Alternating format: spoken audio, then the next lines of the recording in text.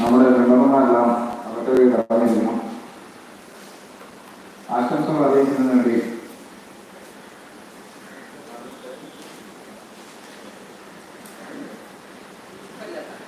പുഷ്പലത മാഡത്തെ ക്ഷണിച്ചു പോകുന്നു.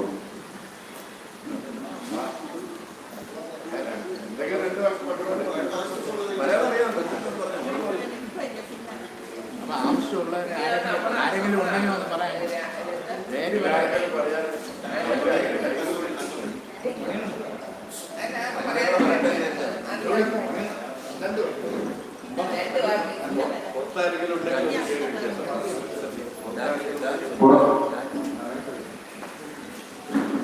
നമ്മുടെ മെമ്പർമാർ ഉള്ളിലേക്ക് കടന്നിരിക്കേണ്ടതാണ്.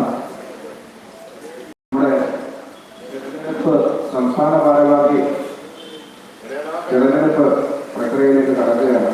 കാരണം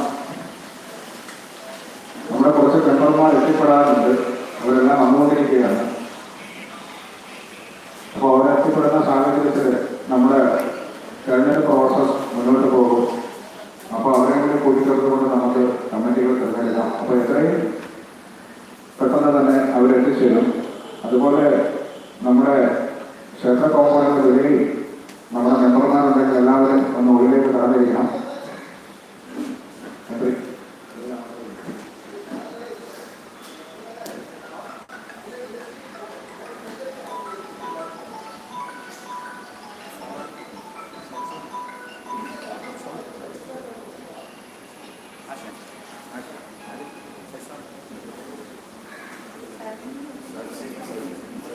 ആരെങ്കിലും ഉണ്ടെങ്കിൽ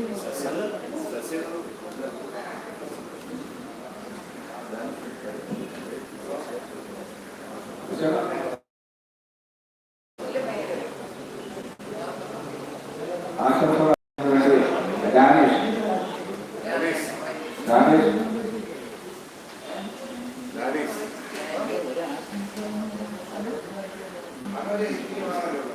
അവര് സംഘടനയ്ക്ക് വേണ്ടി ആശംസകൾ അറിയിക്കുന്നതിന് വേണ്ടി നമ്മുടെ മെമ്പർമാർ മുന്നോട്ട് വരേണ്ടതാണ്. കാരണം അതിനുശേഷം മാത്രമേ നമുക്ക് തെരഞ്ഞെടുപ്പ് പ്രക്രിയയിലേക്ക് കടക്കാൻ കഴിയൂ. നമ്മുടെ ഉദ്ഘാടകൻ ഇതുവരെ എത്തിപ്പെട്ടിട്ടില്ല. നമ്മുടെ തെരഞ്ഞെടുപ്പ് പ്രക്രിയ അവസാനിക്കുന്ന മുമ്പ് അദ്ദേഹം എത്തിപ്പെടുമെന്ന് തന്നെയാണ് നമ്മുടെ വിശ്വാസം. അതുകൊണ്ട് ഇനിയും ആശംസകൾ അറിയിക്കാൻ ആഗ്രഹിക്കുന്നവർ മുന്നോട്ട് വരേണ്ടതാണ്.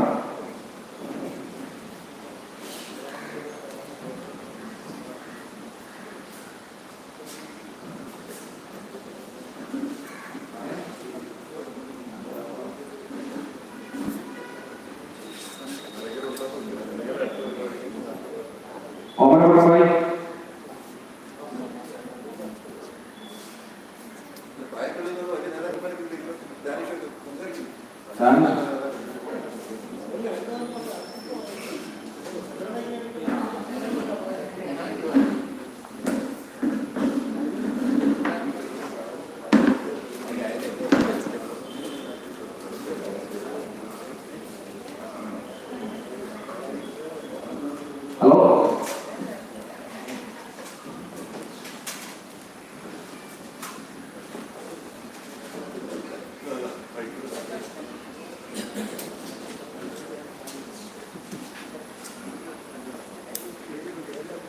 വേദിയിലും സദസ്സിലിരിക്കുന്ന ബഹുമാനികൾ, KRWയുടെ സംസ്ഥാന general secretary Abdul Salam sir, അധ്യക്ഷൻ Ramaswamy sir, Mohan sir, Krishnakumar sir, മാഡമായിരുന്നു എല്ലാവർക്കും നമസ്കാരം. കേരളത്തിൽ റിയൽ എസ്റ്റേറ്റ് വർക്കേഴ്സ് മേഖലയിൽ ചൂഷണം ചെയ്യപ്പെടുന്ന സാധാരണക്കാരെ ശക്തിപ്പെടുത്തുന്നതിന് വേണ്ടി അവരുടെ ഉന്നമനത്തിനും ക്ഷേമത്തിനും വേണ്ടി രൂപീകരിക്കപ്പെട്ട ഈ സംഘടന പ്രതിസന്ധികൾ കടന്ന് ഇപ്പോൾ ഇവിടെ തന്നെ എത്തിയിരിക്കുകയാണ്. അതിന് നേതൃത്വം വഹിച്ച എല്ലാ ഭാരവാഹികൾക്കും അതോടൊപ്പം ഇതിന്റെ വിജയത്തിനായി പ്രയത്നിക്കുന്ന എല്ലാ അംഗങ്ങൾക്കും എൻ്റെ ആശംസകൾ അറിയിക്കുന്നു.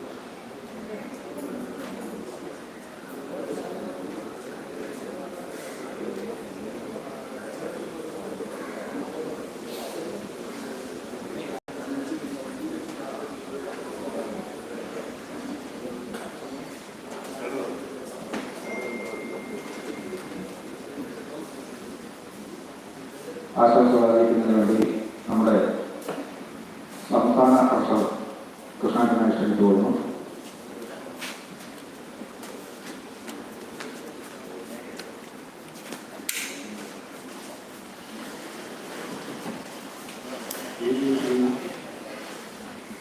സംസ്ഥാന ജനറൽ സെക്രട്ടറി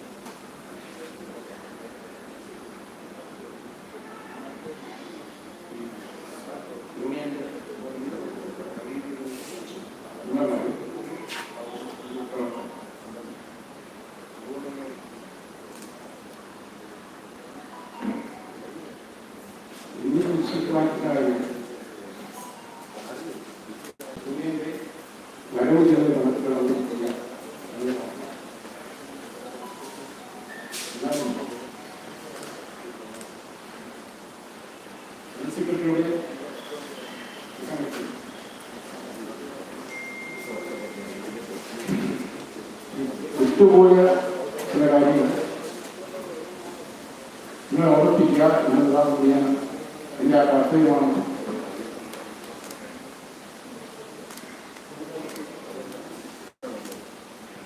നമസ്കാരം. നമ്മുടെ യൂണിയൻ 2010 ജന്മമെടുത്തത് കോഴിക്കോട് ജില്ലയിൽ. 2011 തന്നെ യൂണിയൻ കോഴിക്കോട് നഗരത്തിൽ ഗംഭീരമായ ഒരു ജാഥ നടത്തിയത്. അന്ന് 1000 ആൾക്കാർ പങ്കെടുത്ത ജാഥ അതിനുശേഷം ഇതുവരെ നടത്താൻ പറ്റിയില്ല. കാരണം അതിനുശേഷം 2013 തൊഴുത്തിൽ കൊടുത്തു താൻ പോയി അങ്ങനെയുള്ള കാരണം അതിനെ തുടർന്നുണ്ടായ കോടതി വ്യവഹാരങ്ങൾ അതിനുവേണ്ടി ചെലവാക്കേണ്ടി വന്ന ദീനമായ സംഖ്യ യൂണിയനുവേണ്ടി ചെലവാക്കേണ്ടി വന്നത് കാരണം യൂണിയൻ പ്രവർത്തനത്തിന് അവകാശമാക്കുന്ന അവസ്ഥയുണ്ടായി.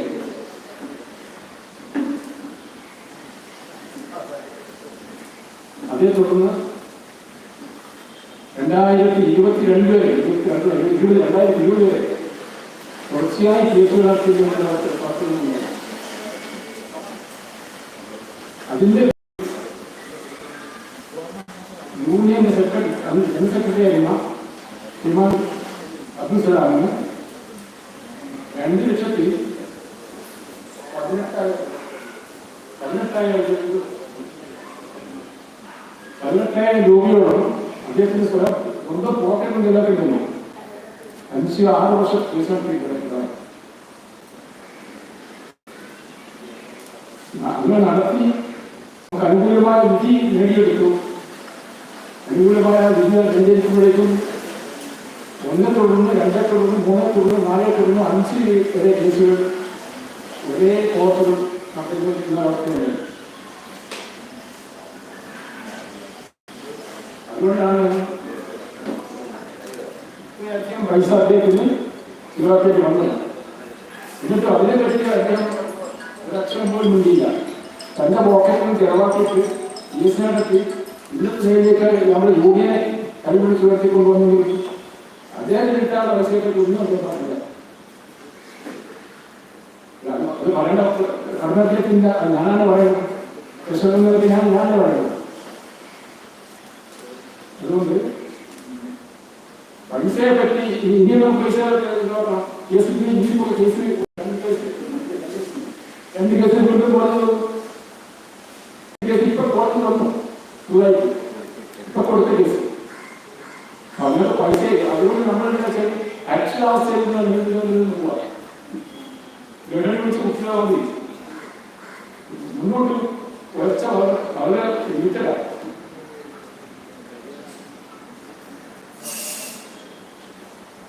ഈ കാര്യം അദ്ദേഹം പറയാൻ മക്കളുണ്ടാണ്.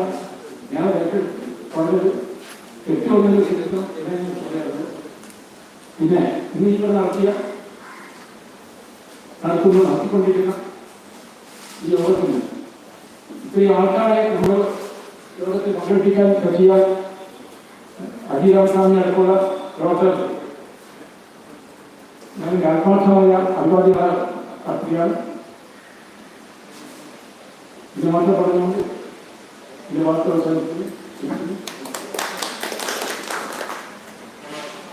പ്രിയമുള്ളവരെ, നമ്മള് ബഹുമാനിയ 82 വയസ്സോളായി ഇപ്പോഴും ചുറ്റുകൂടി സംഘടന രൂപീകരണ കാലം തൊട്ട് തന്നെ സംഘടനയുടെ സാധാ മെമ്പറായി വരികയും പിന്നീട് ഓരോ ഓരോ കമ്മിറ്റികളിലും സജീവമായി പങ്കെടുത്തുകൊണ്ട് എക്സിക്യൂട്ടീവ് കമ്മിറ്റിയിൽ വരികയും പിന്നെ ഭാരവാഹികളായി പ്രവർത്തിക്കുകയും പിന്നെ ട്രഷററായി വരികയും ചെയ്തിട്ടുള്ള ആളാണ്. കാരണം സംഘടനയുടെ വരവ് ചെലവുകൾ അദ്ദേഹത്തിന്റെ കൈകളിൽ കൂടിയാണ് നടക്കുന്നത്. മേൽനോട്ടം സെക്രട്ടറിമാർ ഉണ്ടെങ്കിലും സെക്രട്ടറി എന്ന നിലയ്ക്ക് ഉണ്ടെങ്കിലും അതിന്റെ കൃത്യമായ കണക്ക് ബില്ലോടുകൂടി കൈകാര്യം ചെയ്ത് അത് മെമ്പർമാരെ മാന്യമായ രീതിയിൽ അദ്ദേഹത്തിന്റെ അവസ്ഥയും കൂടി പരിഗണിച്ച് അത് കാരണം അങ്ങനെ പറയുന്നത് ചിലപ്പോ ഇടതമില്ലാതെ പറയാനൊന്നും ചിലപ്പോൾ ഈ പ്രായത്തിൽ കഴിയില്ല. അതുകൊണ്ട് ട്രെയിനിൽ നിന്ന് വിട്ടുപോകാതെ പിന്നെ പെട്ടെന്ന് ക്യാച്ച് ചെയ്താൽ അതിന് മറന്നുപോവുകയില്ല. അത് പിന്നെ അദ്ദേഹത്തിനെ പറഞ്ഞ് മനസ്സിലാക്കി കൊടുക്കാൻ ഒരു ഇതുണ്ടാവും. അതാണ് ഞാൻ എന്റെ സംസ്ഥാനത്തിൽ ഇപ്പോ 2,18,000 രൂപയോളം ഞാൻ സംഘടനയ്ക്ക് വേണ്ടി ഈ വിഭാഗീയ പ്രവർത്തനം നടത്തിയ ആളുകളെ തുരത്തുന്നതിന് വേണ്ടി കോടതിയിൽ കൂടി ഓർഡർ നേടിയെടുക്കുന്നതിന് ഞാൻ ചെലവാക്കപ്പെട്ട പൈസ ഞാൻ പറഞ്ഞിട്ടില്ല. അദ്ദേഹം കണക്ക് വെച്ചുകൊണ്ട് അദ്ദേഹം പറഞ്ഞിട്ടുള്ളത്. ഏതായാലും ഇപ്പൊ 2 കേസ് നിലവിൽ കൊടുത്തതെന്ന് പറഞ്ഞ ഈ അതായത് മാനനഷ്ടത്തിനുള്ള കേസുകളും അതുപോലെ നമ്മുടെ കോടതി അടച്ച കേസുകളാണ് ഇപ്പൊ ഹൈക്കോടതിയിലാണ് നമ്മൾ കൊടുത്തിട്ടുള്ളത്. ഒരു കേസിന് ഫസ്റ്റ് നമ്മൾ കൗണ്ടർ ചെയ്യുമ്പോൾ 35,000 രൂപയാണ് അതിന്റെ ചെലവ്.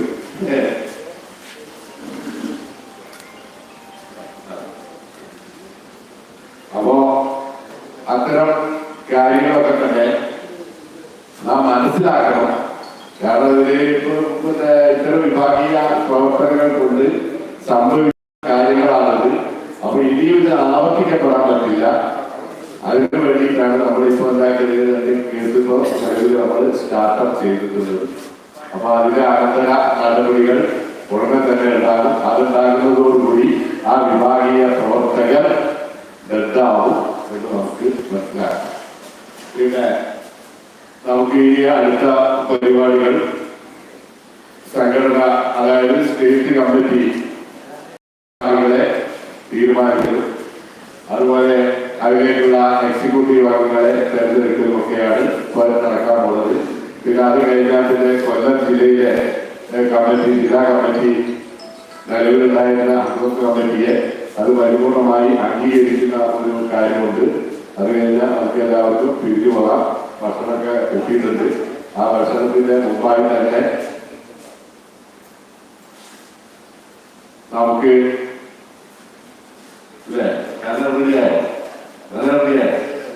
അപ്പോ പിന്നെ ജനാധിപത്യ രീതിയിൽ തന്നെ, കാരണം നമ്മളാരും ഒരാളെയും പറ്റി പറഞ്ഞു കൊടുത്തിട്ടല്ല നമ്മൾ എഴുതാൻ പറഞ്ഞിട്ടുള്ളത്. അപ്പോ പിന്നെ പ്രസിഡന്റായിട്ട് ആര് വേണം, സെക്രട്ടറി ആയിട്ട് ആര് വേണം, ട്രഷററായിട്ട് ആര് വേണം, മറ്റ് പിന്നെ എക്സിക്യൂട്ടീവ് കമ്മിറ്റിയിലേക്ക് ആര് വേണം എന്നൊക്കെ ഇതിന്റെ സംഘാടകർക്ക് വിട്ടുകൊടുത്തിട്ടുള്ള കാര്യങ്ങളാണ്. ആ പാനൽ ഇവിടെ വായിക്കുമ്പോൾ അത് അംഗീകരിച്ച് കൈയടിക്കാൻ പറ്റുന്നതാണെങ്കിൽ കൈയടിക്കാം, നിഷേധിക്കാൻ പറ്റുന്നതാണെങ്കിൽ നിങ്ങൾക്ക് നിഷേധിക്കാം. നമുക്ക് 25 കുറയാത്ത അംഗങ്ങളാണ് വേണ്ടിയത്. അപ്പോ കോഴിക്കോട് നിന്ന് 7 പേരോളം ഇപ്പോ വരുന്നുണ്ട്. വൈകുന്നേരം സംഘടന വൈകുന്നേരമാണ് ഞാൻ പറഞ്ഞത്, രാവിലെ പുറപ്പെട്ടതാണ്. അപ്പൊ എന്തായാലും അവർക്ക് 8 മണിക്കൂറെങ്കിലും യാത്ര ഉണ്ട്. അത് 4 മണിയോടാണ് ഇവിടെ എത്തുക. എല്ലാവരും കൂടി അത് ഇവിടെ നിർത്താൻ പറ്റില്ല. അപ്പൊ എത്തിപ്പെട്ട നമുക്ക് ഇടുക്കിയിൽ നിന്ന് വന്നിട്ടുള്ള ആളുകൾക്ക് പെട്ടെന്ന് പോയെങ്കിൽ അവർക്ക് രാത്രിയാകുമ്പോഴേക്ക് അവിടെ എത്തിച്ചേരാൻ കഴിയും അല്ലേ. ആ ദൂരം വന്ന ആളുകൾക്കൊക്കെ അങ്ങനെയൊക്കെ ഉണ്ട്. അപ്പൊ നമ്മൾ 10 മണിക്ക് തുടങ്ങാമെന്ന് പറഞ്ഞത് 10 മണിക്ക് തുടങ്ങാൻ സ്റ്റാർട്ടപ്പ് ചെയ്യാൻ ഒരു ഭൂരിപക്ഷ ജില്ലകൾ എത്താത്തത് കൊണ്ടാണ് നമുക്ക് ഇതൊക്കെ കഴിഞ്ഞിട്ട് ഈ ഭാരവാഹി അതാണ് നമ്മുടെ ഈ പ്രതിനിധികളെ തെരഞ്ഞെടുക്കൽ കഴിഞ്ഞിട്ട് നമുക്ക് അടുത്ത് തന്നെ നമ്മൾ ഉദ്ദേശിച്ച രീതിയിൽ, അതായത് ആ വിഭാഗീയ പ്രവർത്തനം നടത്തിയവർക്ക് ഒരു മറുപടി കൊടുത്തതിന് ശേഷം നമുക്ക് സജീവമായി തന്നെ സംഘടനയുടെ ഒരു മഹാസമ്മേളനം പറഞ്ഞ രീതിയിൽ 1500 പരം ആളുകളെ അണിനിരത്തിക്കൊണ്ട് കോഴിക്കോട് മാനാഞ്ചിറ 1:48 മിനിറ്റ് കൊണ്ടാണ് 48 മിനിറ്റ് കൊണ്ടാണ് ഒരു പോയിന്റിൽ നിന്ന് അടുത്ത പോയിന്റിലേക്ക് എത്താനുള്ള ദൂരം അത് ക്രൈംബ്രാഞ്ച് ഉദ്യോഗസ്ഥർ രേഖപ്പെടുത്തിയത്. ശക്തമായ രീതിയിൽ തന്നെ കോഴിക്കോട് മുതലക്കുളം മൈതാനിയ ഏതൊരു രാഷ്ട്രീയ പാർട്ടിക്ക് പോലും കഴിയാത്ത സജീവ ചങ്കൂറ്റി ഈ ഡോക്ടർമാരുടെ ഒരു ജാഥ നമ്മുടെ സംഘടനയ്ക്ക് നടത്താൻ സാധിച്ചിരുന്നു. അതാണ് നമുക്ക് ഏറ്റവും ചരിത്രപരമായ വിജയമാണ്. അത് എന്നോട് വിട്ടുപോയതല്ല, ഞാൻ പറഞ്ഞു വന്ന കാര്യങ്ങൾ മറ്റു കാര്യങ്ങളിലേക്ക് കടന്നപ്പോൾ ഇതിന്റെ അടുത്ത സമയത്ത് പറയാനുള്ളതാണ്. അത് പ്രസവം ഓർമ്മിപ്പിച്ചു. അത് വ്യക്തമാക്കി പറയാൻ അത്രയും മഹത്തായ, അതായത് 100 പേരെ ഇന്നത്തെ കാലത്ത് അണിനിരത്തണമെങ്കിൽ അഹോരാത്രം 2-3 മാസക്കാലത്തെ പരിശ്രമത്തിന്റെ ഭാഗമായി കഴിയുക. അതാണ് അന്ന് 1500 പരം ആളുകളെ അണിനിരത്തിക്കൊണ്ട് ഒരു മണിക്കൂർ 48 മിനിറ്റും ഉള്ള ഒരു പോയിന്റ് ജാഥകൾ നടത്തി ചരിത്രം നേടിയിട്ടുള്ളത്. അപ്പോ ഇതൊക്കെ അതുപോലെ തന്നെ നമുക്ക് നടത്തേണ്ടത്